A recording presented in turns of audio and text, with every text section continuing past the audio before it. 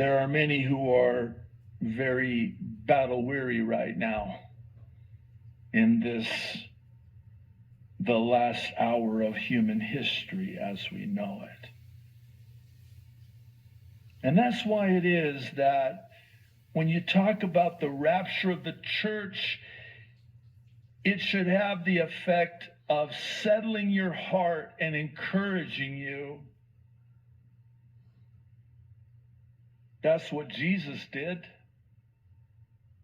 Wait, Pastor, are you saying Jesus talked about the rapture? You better believe he did.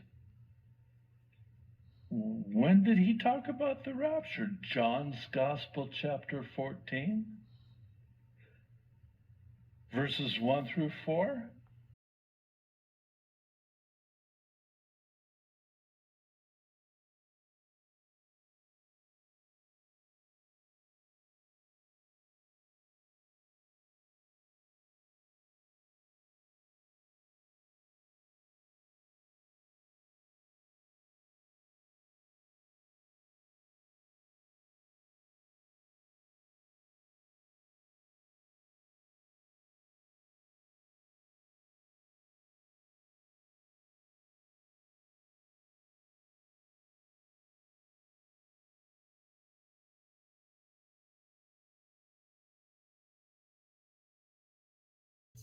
Because I believe the judgment must come upon the world completely without warning, because the scripture explicitly does state that. And I believe the rapture would be a warning. So I think the rapture triggers the judgment period. So from the time of the judgment period beginning, we know that has to be at least 2,520 days. So we get that from Revelation 11, verse 2 and 3, and Revelation 13, 5, as well as others. And then we know at the end of the judgment period, Jesus comes back in the second coming, and he actually lands on the earth. His feet touch down on the Mount of Olives.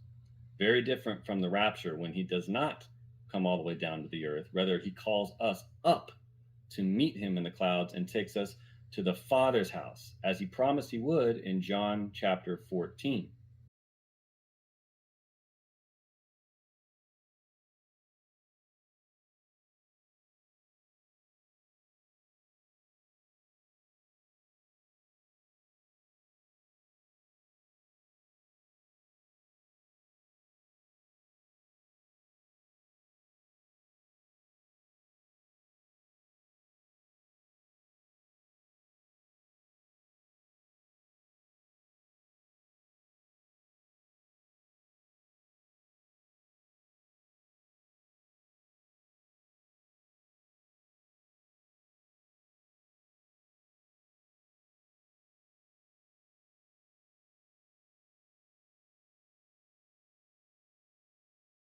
For tabernacle in Greek is skenos, and it means a temporary residence, a hut. Figuratively, in this, it's his body. This tabernacle that I'm in has got to go. And then I'm going to get a new one that's going to last a lot longer. Yay. Look at 2 Corinthians 5:1.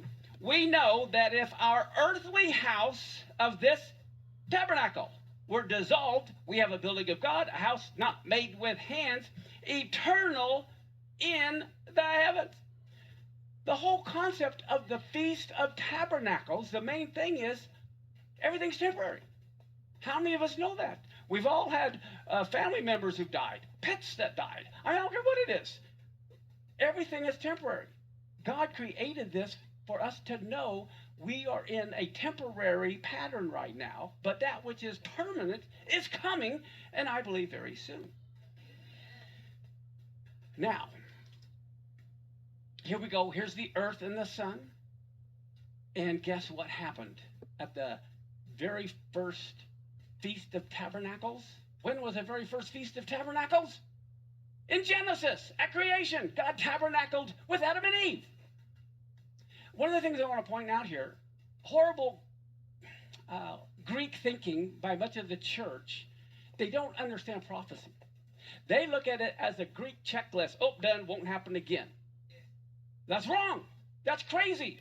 Here, the Feast of Tabernacles, when you say Feast of Tabernacles is fulfilled, it's fulfilled over and over and over and over and over. For example, here's our timeline. After the Garden of Eden and everyone's cast out, God still wanted to tabernacle with us. So the Feast of Tabernacles was fulfilled again with Moses' tabernacle. Then it was fulfilled again with Solomon's temple. Okay, and then Ezra and Nehemiah had to rebuild it. And then Herod rebuilt it, and the Jews rebuilt it. Well, guess what? Then the Feast of Tabernacles was fulfilled when Yeshua was born on this day. That's the fulfillment of the Feast of Tabernacles.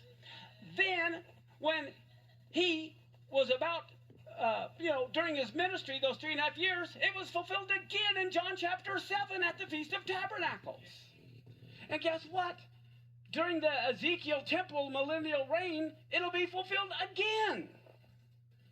And then at the millennial reign, it'll be fulfilled again with the new heavens and the new earth.